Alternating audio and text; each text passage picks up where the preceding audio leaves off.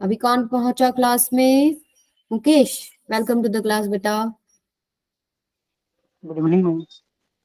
Good evening and good afternoon. चलिए, so this is your lecture number 5। तो मैंने आपको last time before starting this session कुछ homework करने को बोला था। मैंने बोला था आपको पीडीएफ फॉर्मेट में मुझे शेयर करना है, मतलब आपको मुझे सेंड करना है, बट किसी का मेरे पास होमवर्क आया नहीं। किसी ने नहीं किया,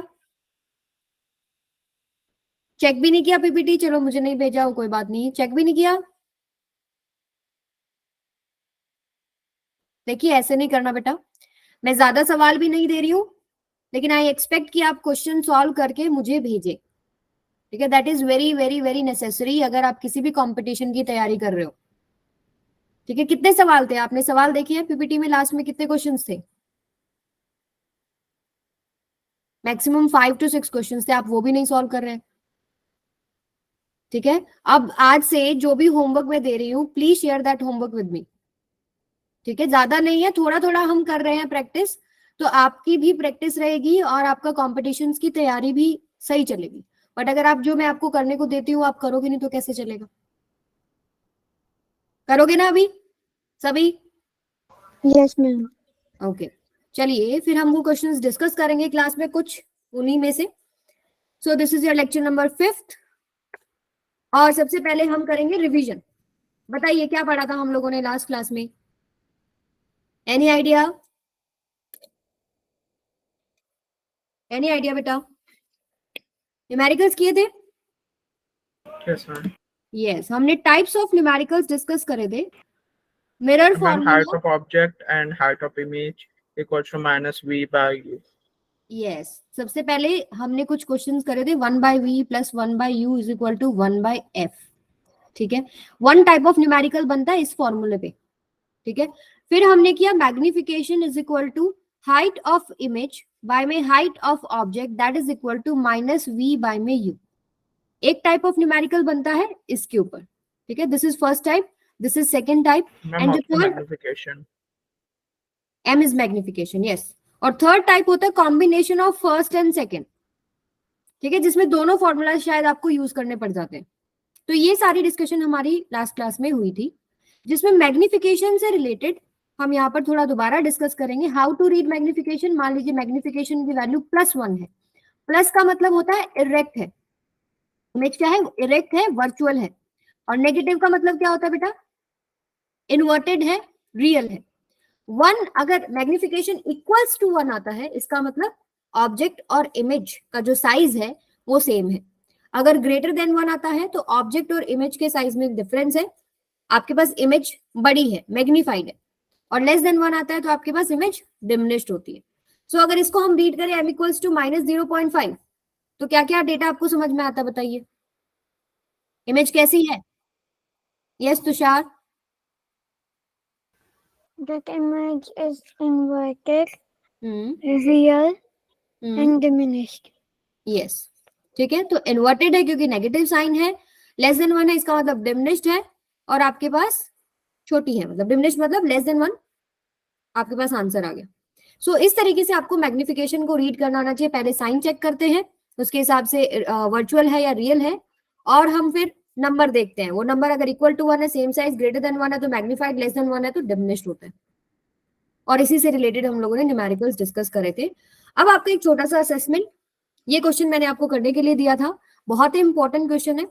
When an object is placed at a distance of 25 centimetre from a mirror, एक ऑब्जेक्ट अगर 25 सेंटीमीटर पे रखा है मिरर से, सो मैग्निफिकेशन m1 आता है।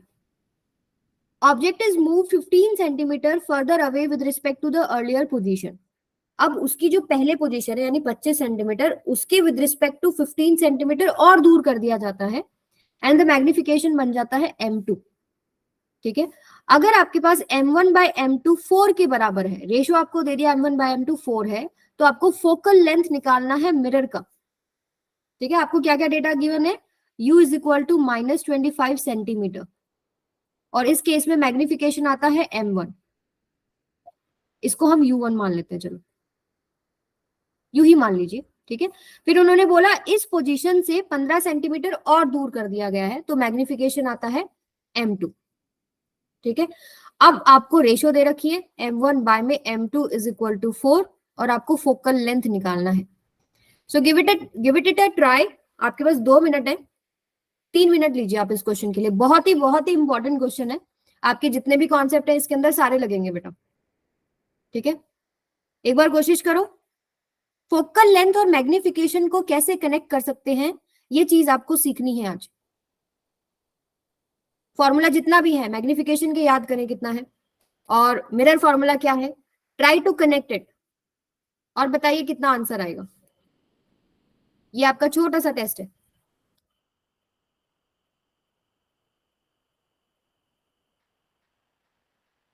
I think I know the answer. Can I send it in chat box? Yes बिल्कुल, भेजो। चलिए मैं इसके लिए पोल क्रिएट करती हूँ, आप पोल पे जवाब देना बेटा। ठीक है, Yes, ma'am. आपका ये क्वेश्चन है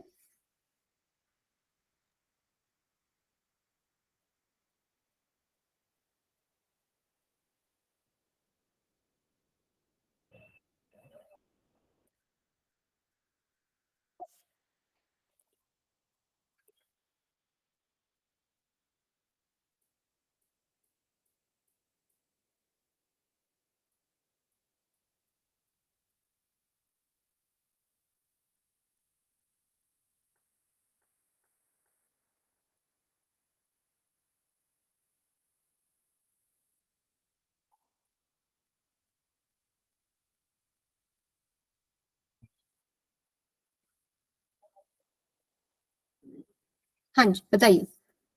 4 ऑप्शन है आपके पास, +20 centimetre, -20 centimetre, +10 centimetre and -10 centimetre. क्या आंसर आएगा? Yes, ma'am. I've voted. Done. ठीक है, बाकी सभी भी वोट करेंगे बेटा। अभी जो जिसने भी ज्वाइन किया है, try to solve this question.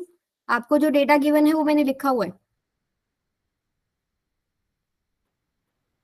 And जब आप कंपटीशन पे जाते हैं तो सिंपल आपका फॉर्मूला उठा के आंसर नहीं आता, फॉर्मूला को ट्विस्ट करना पड़ता है। Yes, ma'am. We have to use basically all of the formulas we have learned. Yes. So देखो आकाश ने हिंट दे दिया है, सारे फॉर्मूले यूज करने हैं।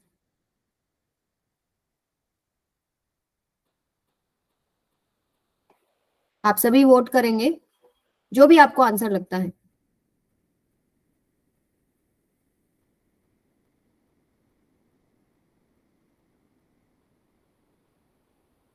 चलिए एक छोटा सा मैं हिंट आपको दूंगी अभी।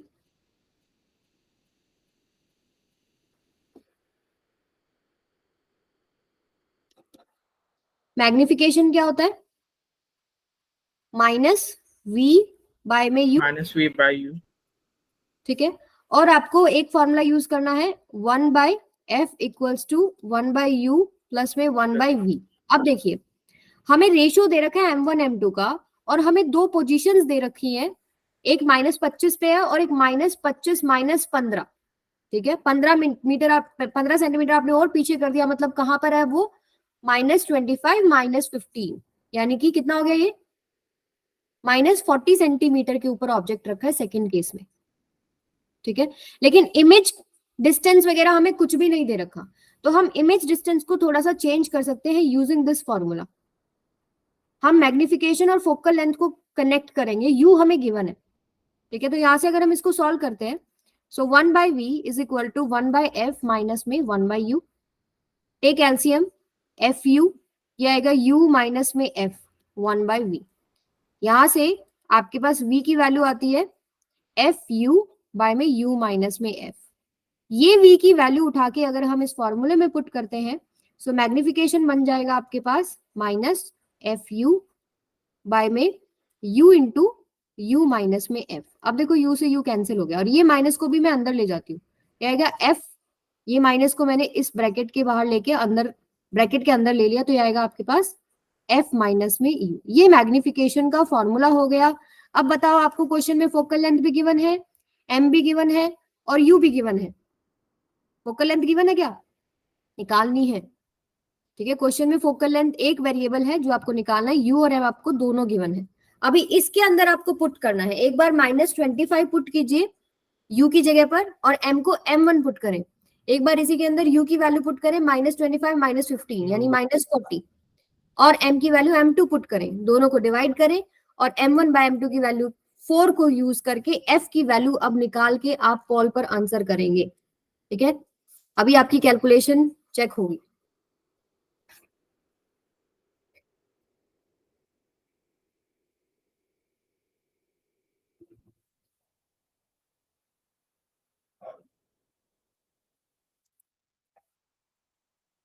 तीन वोट आए हैं अभी मेरे पास, क्लास में 7 to 8 स्टूडेंट्स हैं।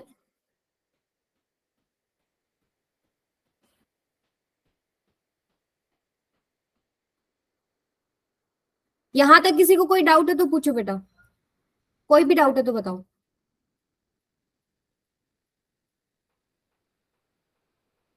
वोट कीजिए सभी, जो भी आपको लगता है, जो भी आपका आंसर आया है। कृष्णा डन, आकाश का भी डन, और किसने किया है? एक वोट और आया है, किसका आया है? मोहम्मद अली, काफी दिन बाद आए बेटा।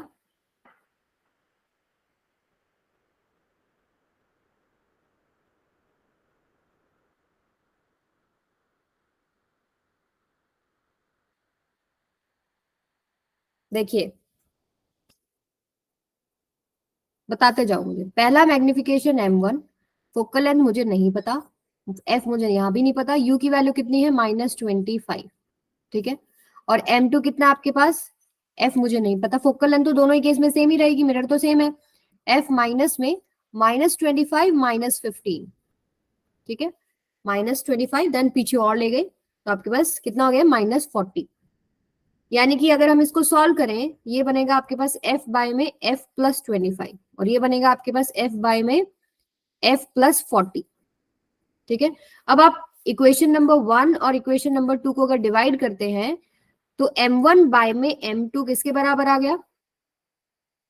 अगर आप इसको डिवाइड कर, देखो यहीं पर मैं आपको डिवाइड करके बता रही हूँ, ऐसे ही करते हैं हम लोग जब कैलकुलेशन थोड़ा फास्ट करना है। यहाँ से f, ये f के साथ कैंसिल होगा, ये पलट के ऊपर चला जाता है ना, ऐसे रेसिप्रोकल हो जाता है डिनोमिनेटर में अगर फ्रैक्शन है तो ये आपके पास बनेगा f प्लस में 40 डिवाइडेड बाय में f प्लस में 25। अब m1 बाय m2 तो गिवन है आपके क्वेश्चन में, क्या है 4 is equal to f plus में 40 बाय में f प्लस में 25। अगर हम क्रॉस मल्टीप्लाई करते हैं तो आपके पास कितना आएगा, ये 4f plus 100 this is equal to f plus में 40। अगर आप इसको सॉल्व करेंगे 4f minus f is 3f that is equal to 40 minus में 100 यानी कि माइनस में 60। अब यहाँ पर अगर हम इसको सॉल्व करते हैं तो f की वैल्यू कितनी आएगी -60 बाय में 3, कितना आंसर हो गया -20 सेंटीमीटर। तो ये था हमारे पास कंपटीशन लेवल का क्वेश्चन। ऐसा होता है, सीधा फॉर्मूले में वैल्यू पुट तो सभी कर देते हैं, लेकिन उसको थोड़ा घुमा के आ जाए तो फिर कैसे सॉल्व करेंगे। Yes, ma'am. सवाल में क्या था, पहले उन्होंने बोला मिरर है, मिरर के आगे 25 सेंटीमीटर पे ऑब्जेक्ट रखा है तो ठीक है, ऑब्जेक्ट डिस्टेंस आ गया और मैग्निफिकेशन m1 बोल दिया। फिर उन्होंने बोला इस ऑब्जेक्ट को अब मैं 25 सेंटीमीटर से उठा के 15 सेंटीमीटर पे रख रहा हूँ या रख रही हूँ, तो आपके पास कितना दूरी हो गई ऑप्टिकल सेंटर से या पोल से, 25 प्लस 15 40, और हम माइनस साइन लगाते हैं क्योंकि हम लोग लेफ्ट हैंड साइड में नेगेटिव लेते हैं। फिर मैग्निफिकेशन का फॉर्मूला मुझे पता है क्या होता है -v by you, and mirror formula क्या होता है 1/f equals to 1/u plus में 1/v। अब मैंने दोनों फॉर्मूला को चेक किया कि v तो गिवन है ही नहीं, तो क्यों ना v को मैं चेंज कर दूं, फोकल लेंथ और u में ही सारे फॉर्मूले को बना दूं। मैंने बना दिया, मेरे पास आ गया f बाय में f माइनस यू। हो सकता है सवाल में आपको v दे रखे होते तो आप ऐसे ही जिस प्रोसेस से मैंने चेंज किया है उसी से u की वैल्यू निकाल के पुट कर सकते हैं, आपका आंसर फोकल लेंथ और v में आ जाता। तो डिपेंड करता है कि क्वेश्चन में क्या गिवन है। फिर आपने देखा कि ये वैल्यू बनती है, दोनों को डिवाइड किया, m1 बाय m2 की वैल्यू 4 है, वो वैल्यू मैंने यूज करी, फोकल लेंथ की वैल्यू आ गई आपके पास -20 सेंटीमीटर। क्लियर है सबको? Yes, ma'am. ओके, मेरी वीडियो किस टाइम बंद हुई? अभी बंद हुई है ना? Yes, ma'am. चलिए आप स्क्रीनशॉट ले सकते हो इस क्वेश्चन का, इसमें कोई भी डाउट है तो आप मुझे बाद में बताएंगे या भी पूछ लीजिए अगर कोई डाउट है तो। चलिए नेक्स्ट क्वेश्चन पे चलते हैं हम लोग। ये भी आपका होमवर्क क्वेश्चन था। For a convex mirror the object distance u is equal to 30 centimeter to the left, image distance v is equal to 12 centimeter to the right of the mirror, and height of object equals to 5 centimeter. Find the height of the image. निकालिए।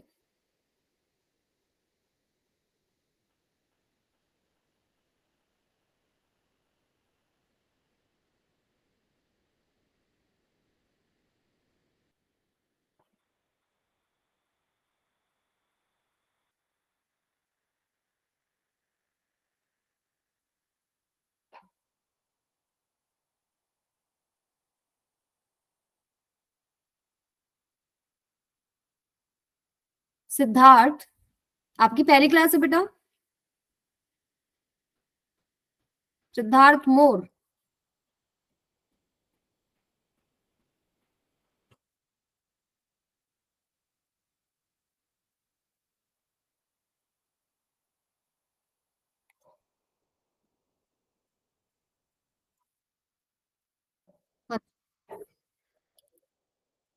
Yes Tushar. Ma'am I guess 2. 2 + 2। चलो Yes, check ma'am. करते हैं। Convex ma'am. The distance object is u is equal to 30। ठीक है, u is equal to दे रखा है आपके पास 30 सेंटीमीटर टू द लेफ्ट यानी -30। Image distance is 12 centimetre to the right यानी +12। And the height of the object कितना दे रखी है? 5। Find the height of image. Image की हाइट निकालनी है। तो हाइट का जब भी कोई चक्कर आता है तो हम क्या करते हैं? हाइट ऑफ इमेज बाय में हाइट ऑफ ऑब्जेक्ट, ये मैग्निफिकेशन होता है, that is equal to -v by में u। अब हमें तीन चीज पता है, v पता है, u पता है और ऑब्जेक्ट की हाइट पता है। तो हाइट ऑफ इमेज क्या हो जाएगी आपके पास? -v बाय u इंटू में हाइट ऑफ ऑब्जेक्ट। सो आपके पास माइनस ऑफ v की वैल्यू 12 और u की वैल्यू -30 और हाइट ऑफ ऑब्जेक्ट है 5। ठीक है, सो माइनस से माइनस कैंसिल, 5 1 जा 5 6 जा एंड 6 1 जा 6 2 जा। यस, आपके पास +2 सेंटीमीटर। और प्लस का मतलब क्या है? वर्चुअल है कि इन्वर्टेड है? +2 हाइट का मतलब क्या है? Virtual. वर्चुअल। जब आप हाइट चेक करते हैं तो प्रिंसिपल एक्सिस के ऊपर की तरफ है तो उसको प्लस लेते हैं, नीचे की तरफ बनती है तो उसको माइनस लेते हैं। अब हम नेक्स्ट क्वेश्चन पे चलेंगे। तो इसका हमारे पास आंसर आ गया है +2 सेंटीमीटर। इरेक्ट हमारे पास बन रही है इमेज। इसका बताइए। Concave mirror produces 3 times magnified real image of an object placed at 10 centimetre in front of it. Where is the image located?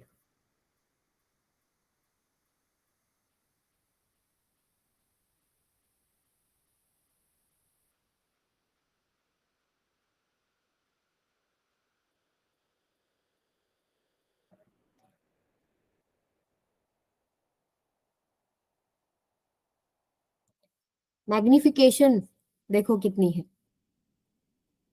Plus minus, enlarged, diminished. Check it out. Yes Tushar. Ma'am, I think it is 30 centimeter. 30? Ma'am, it's -30. It's in front of the mirror. Yes, great work बेटा। Yes, -30 आएगा। देखिए, concave produces 3 times magnified real image of an object. देखिए, real image के लिए negative sign आता है। Enlarged है 3 गुना, तो -3 मैग्निफिकेशन हो गया। ये जो फैक्टर होता है कितना गुना छोटा या बड़ा, ये हम चेक करते हैं ना। सो यहां से आपके पास magnification -3 that is equal to -v by u। ठीक है, object placed at 10 centimetre in front of it, यानी -3 is equal to -v upon -10। तो माइनस से माइनस गया तो v की वैल्यू कितनी आ गई? -30 सेंटीमीटर। क्लियर है सबको? यहाँ इन्वर्टेड है, नहीं इन्वर्टेड नहीं, चेक इन्वर्टेड नहीं बोल रही मैं। -30 का मतलब क्या है कि इन फ्रंट ऑफ मिरर बन रही है। ठीक है, तो ये कुछ क्वेश्चंस थे जो आपके लास्ट क्लास के टॉपिक से रिलेटेड थे। आज जो हम डिस्कस करने वाले हैं वो क्या है? Refraction of light. रिफ्रैक्शन सबने सुना होगा, रिफ्लेक्शन हमारा डन हो गया है, मोस्टली क्वेश्चंस हमने कर लिए हैं, अब रिफ्रैक्शन की बात करते हैं, ठीक है।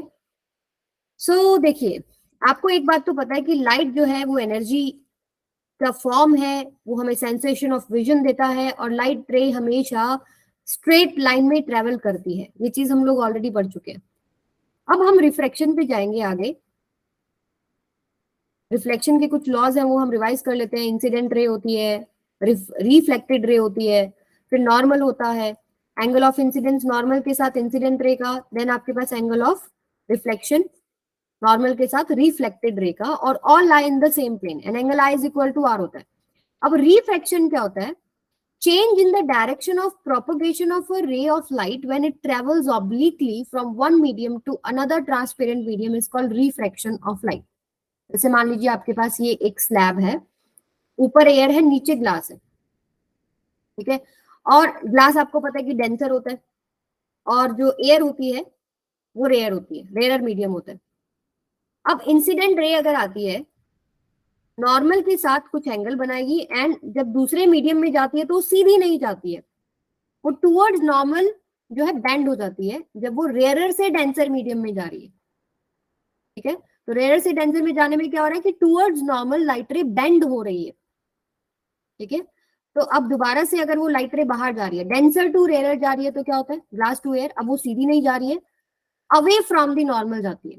तो हमेशा याद रखिए, रेयर टू डेंसर जाएगी, टूवर्ड्स नॉर्मल बेंड हो जाती है, डेंसर टू रेयर जाती है तो अवे फ्रॉम नॉर्मल जाती है। और ये क्यों होता है? क्योंकि वेलोसिटी जो है लाइट की डेंसर मीडियम में स्लो होती है, तो टूवर्ड्स नॉर्मल बेंड होती है, ठीक है। और जब वो रेयर मीडियम में जा रही है तो वो फास्ट होती है, तो अवे फ्रॉम नॉर्मल होती है। क्यों होता है ये आप ऑप्टिक वेव ऑप्टिक्स में पढ़ेंगे नेक्स्ट क्लासेस में, कि वेलोसिटी अगर आपके पास चेंज हो रही है तो बेंडिंग हो रही है, तो क्यों हो रही है वो नेक्स्ट क्लास का टॉपिक है। बट अभी पता होना चाहिए कि रेयर से डेंसर में टूवर्ड्स नॉर्मल बेंड होती है, और डेंसर से रेयर में away from the normal bend होती है, ठीक है। और जो लाइट रे आपके पास बाहर निकल रही है, ये इसको क्या बोलते हैं हम लोग? एमरजेंट रे, ठीक है। Denser to rare, away from normal, rare to denser, towards normal. ऊपर आपके पास जो एंगल बनेगा वो क्या है? Angle of incidence. ये आपके पास जो एंगल बनेगा ये क्या है? एंगल ऑफ रिफ्रैक्टेड रे। यहाँ पर आपके पास जो एंगल बनेगा वो क्या होगा? Angle of emergence. अच्छा, एंगल ऑफ एमरजेंस और इंसिडेंट एंगल में क्या रिलेशनशिप होता है? आई इज इक्वल टू ई। ये हम प्रूव भी कर सकते हैं, ठीक है। आप लोगों ने जरूर बोर्ड के लिए तैयारी करी होगी तो किया होगा कि आपके पास आई जो एंगल है वो ई के बराबर होता है। Angle of incidence is equal to angle of emergence. अच्छा, ये जो इसने पाथ, अगर ये सीधी चलती तो ये पाथ जो ये भटक चुकी है, मतलब इतना जो इधर आ गई है, इसको क्या क्या बोलते हैं आप? लेटरल डिस्प्लेसमेंट, ठीक है। क्लियर है सबको? Yes ma'am. कोई भी डाउट इसमें? चलिए, अब हम बात करते हैं what happens when rare to denser. देखिए, मैं आपको कुछ डायग्राम्स दिखा रही हूँ। जब रेयर से डेंसर में जा रही है, रेयर से डेंसर में टुवर्ड्स द नॉर्मल बेंड हो गई, it bends towards the normal.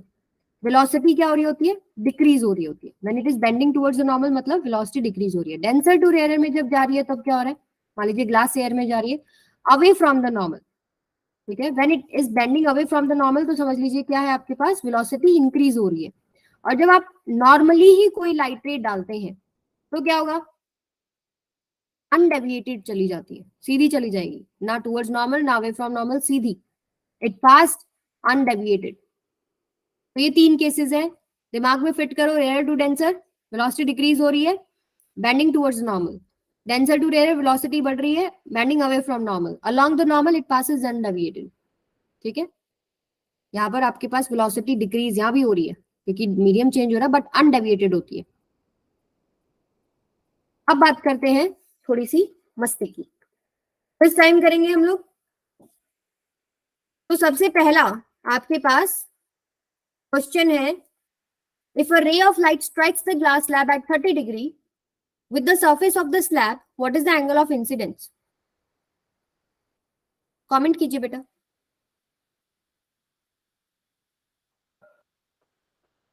Comment कीजिए।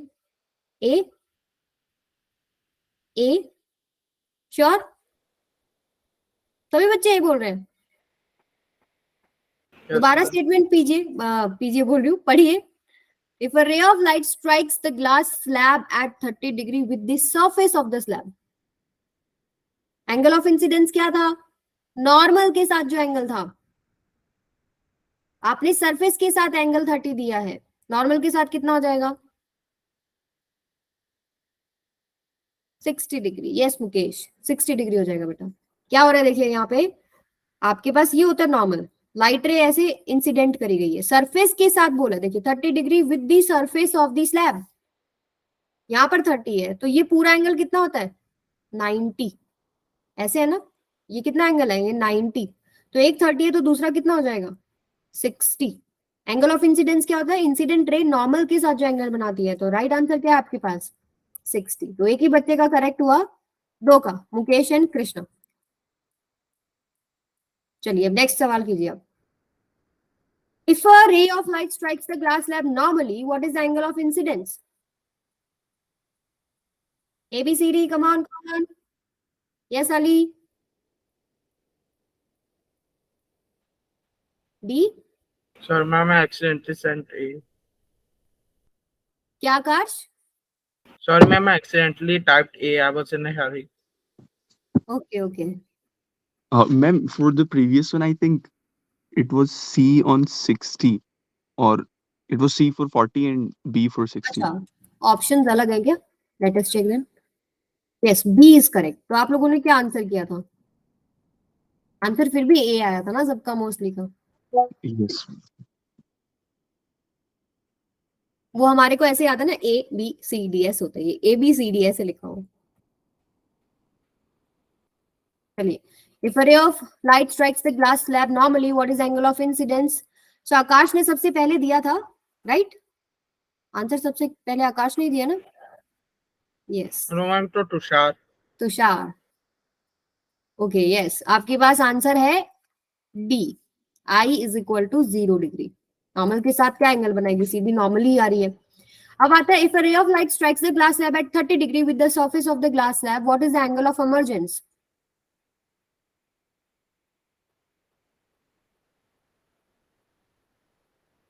बताइए. कम ऑन देखते हैं कौन पहले आंसर सही करेगा. सी, इंडीड. Yes, ma'am. ओके, सी. सो हमारे पास आकाश और मुकेश और अली तीनों ने सी आंसर किया है. बिल्कुल सही बेटा. Ma'am, Surface Tushar के and साथ- Krishna also gave the answer. Tushar ने भी Ma'am, किया है. Tushar and yes, ma'am, Krishna also. Okay, सबने ही आंसर सही किया है. Well done. तो कॉन्सेप्ट समझ में आ गया है. एंगल का ट्विस्ट, एंगल का खेल था यहाँ पे. ठीक है, 30 डिग्री विद सरफेस है तो आपके पास नॉर्मल के साथ कितना होगा एंगल ऑफ इंसिडेंस? 60. और आई इज इक्वल टू ई होता है. ठीक है, तो 60 हो गया आपके पास. सो कुछ फ्री पॉइंट्स लेना चाहते हो तो बताओ. A ray of light strikes a glass slab at an angle of 50 degree with the normal to the surface of the slab. What is the angle of incidence?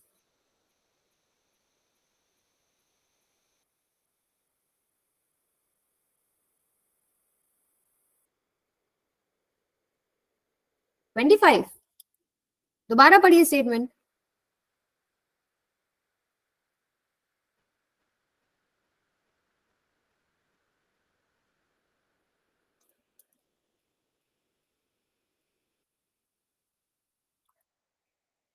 रे of light strikes a glass slab at an angle of 50 degree with the normal. Normal के साथ ही angle given है तो angle of incidence क्या है? 50 degree.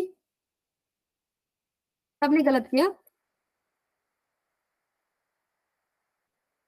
ठीक है, उन्होंने आपको यहाँ पर देखिए कैसे फंसाया है. Normal to the surface of the slab.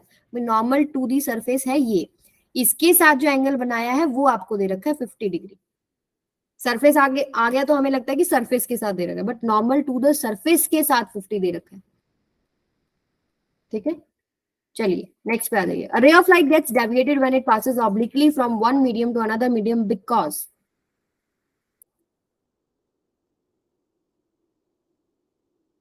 come on, fast. C, well done. Speed of light. किसने सबसे पहले आंसर किया था? तुषार. यस, वेरी गुड बेटा। तो सी आपके पास करेक्ट आंसर है। चलिए कुछ और 3 पॉइंट्स देंगे अभी आपको। Rakesh performs the experiment of tracing the path of a ray of light passing through a rectangular glass slab for different angles of incidence. अलग अलग एंगल ऑफ इंसिडेंस उसने लिए हैं और पाथ ट्रेस किया गया है। He observes that in all cases, इनमें से कौन सा करेक्ट होगा?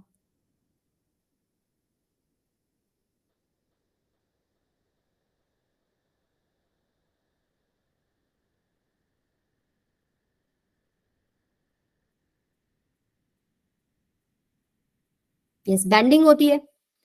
ठीक है, जब वो रेक्टेंगुलर स्लैब की बात करें, वेरी गुड। किसने आंसर किया सबसे पहले? कृष्णा। देखिए, आपको पता है स्लैब पे एक्सपेरिमेंट हो रहा है, एंगल ऑफ इंसिडेंस कुछ भी हो सकता है विद नॉर्मल, अलग अलग 30, 40, 45 जो भी आप ले रहे हैं, बट जब वो ग्लास स्लैब के अंदर जाएगी टूवर्ड्स नॉर्मल बेंड हो जाती है। ठीक है, अगर वो सीधी चली जाती तो बात ही क्या थी?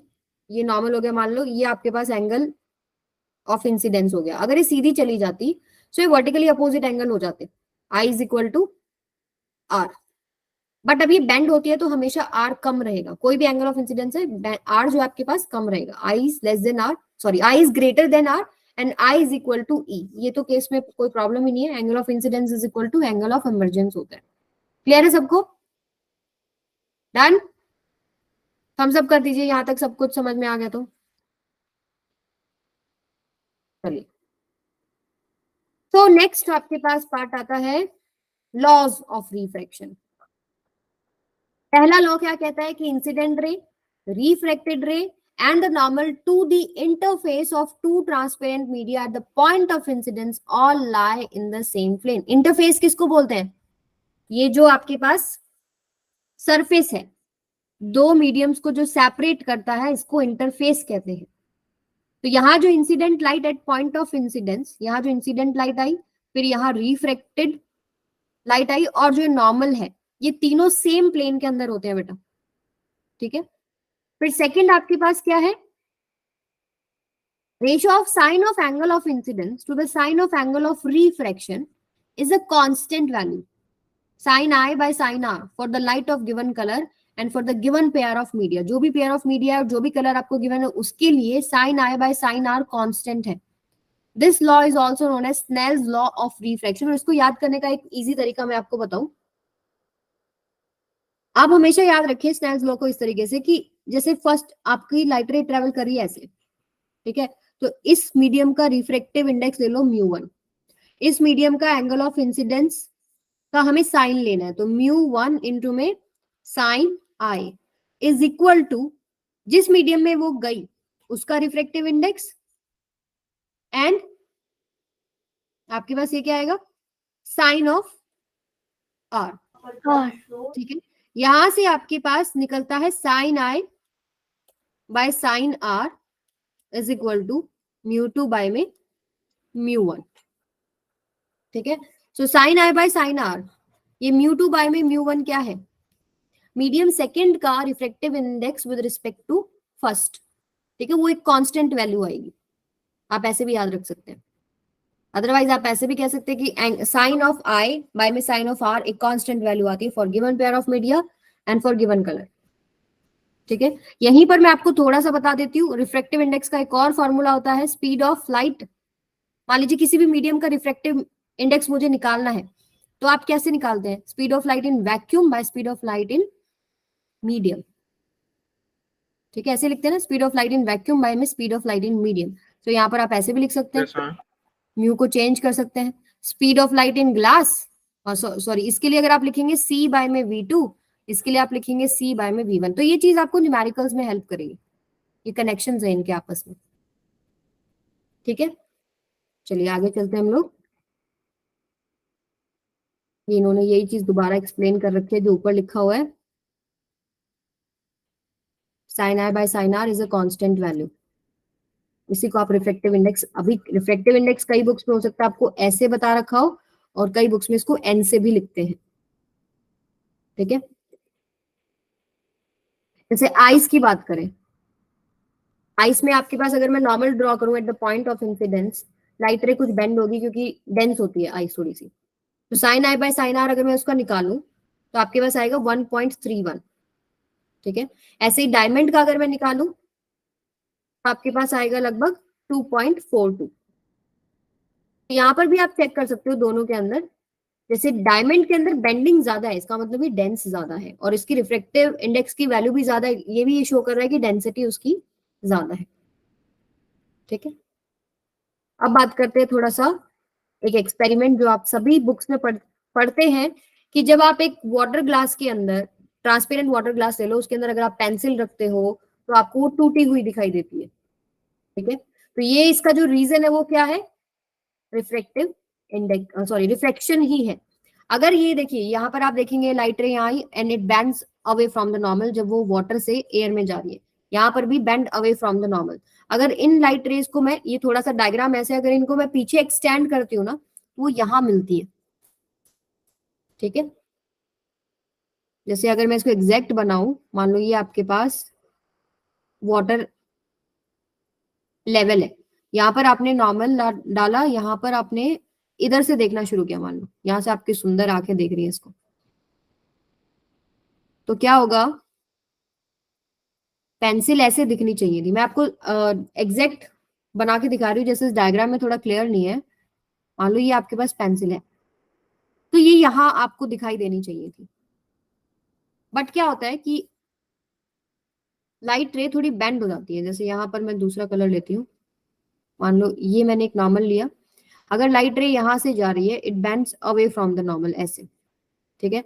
और दूसरी लाइट रे अगर मान लो कहीं पर आप ले रहे हो, यहाँ ले लो, दूसरी लाइट रे यहाँ से अगर आती है तो and it bends away from the normal, कुछ ऐसे।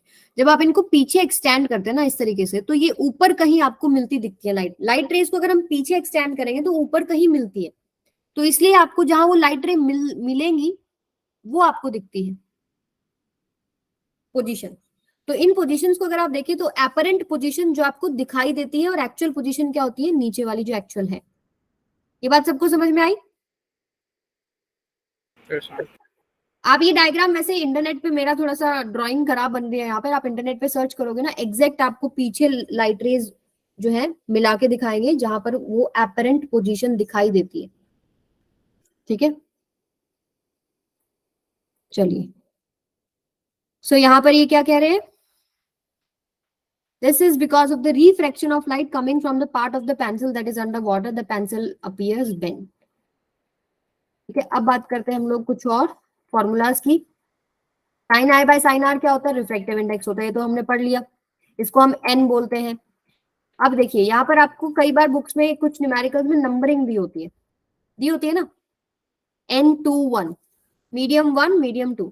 तो यहाँ पर N21 क्या है, refractive index of second medium with respect to first medium, ठीक है। तो यहाँ पर आप इसको ऐसे भी कनेक्ट कर सकते हैं, V1 बाय में V2। जैसे मैंने आपको यहाँ पर क्या बताया था, जो मेरा वाला फॉर्मूला है जो मैं फॉलो करती हूँ, वो क्या होता है कि refractive index of first medium into में sine i is equal to refractive index of second medium into में sine r. Sine I by sine r किसके बराबर हो गया, म्यू टू बाय में म्यू वन। अगर हम इसका वेलोसिटी वाला फॉर्मूला देखें, म्यू होता है आपके पास velocity of light in vacuum by में मीडियम। सो म्यू टू के लिए फॉर्मूला पुट करेंगे सी बाय में वी टू, म्यू वन के लिए फॉर्मूला पुट करेंगे सी बाय में वी वन, और वी वन चला जाएगा ऊपर, सी से सी कैंसिल, सो ये बनता है वी वन बाय में वी टू, जो ये आपको दे रखा है, ठीक है। So refractive index of second medium, ये mu two by mu one क्या है, second medium with respect to first medium क्या है, velocity in medium first by में वेलोसिटी इन मीडियम सेकंड। तो ये अगर आप सीक्वेंस याद रखेंगे तो गलती नहीं करोगे, ठीक है। नेक्स्ट अगर मुझे निकालना हो मीडियम फर्स्ट का विद रिस्पेक्ट टू सेकंड, अगर आपको निकालना बेटा, आवाज आ रही है मेरी? Yes ma'am. एक सेकेंड, कुछ गड़बड़ हुई है, मैं दोबारा से प्रेजेंटेशन शेयर करती हूँ आप लोग से।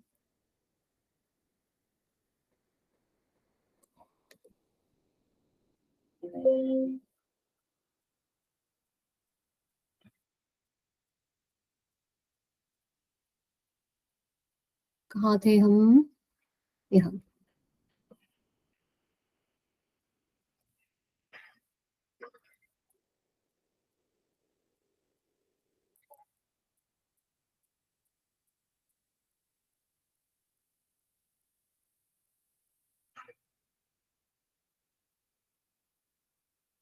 there is some problem with this.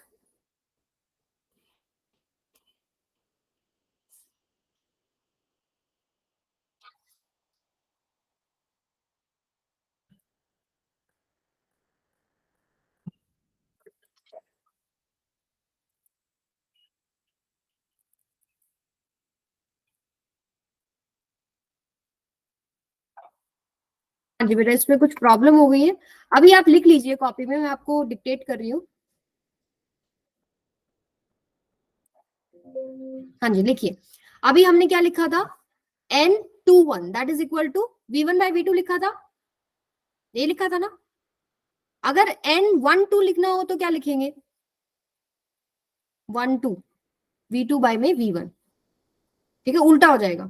यानी N12 is equal to 1 bye N21। ये एक रिलेशनशिप है उन दोनों के बीच में। तो इससे रिलेटेड जो क्वेश्चंस होंगे वो हम अब नेक्स्ट क्लास में डिस्कस करेंगे। इसमें कुछ प्रॉब्लम हो गई है, मेरी स्क्रीन शेयर नहीं हो रही है।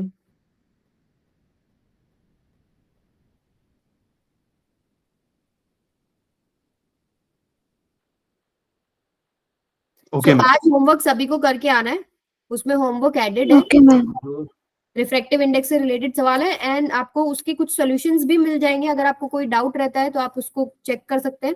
पहले क्वेश्चन पढ़े, सॉल्व करें, फिर सॉल्यूशन देखें, और फिर भी कोई डाउट है तो मुझे बताएंगे, वो हम नेक्स्ट क्लास में डिस्कस करेंगे।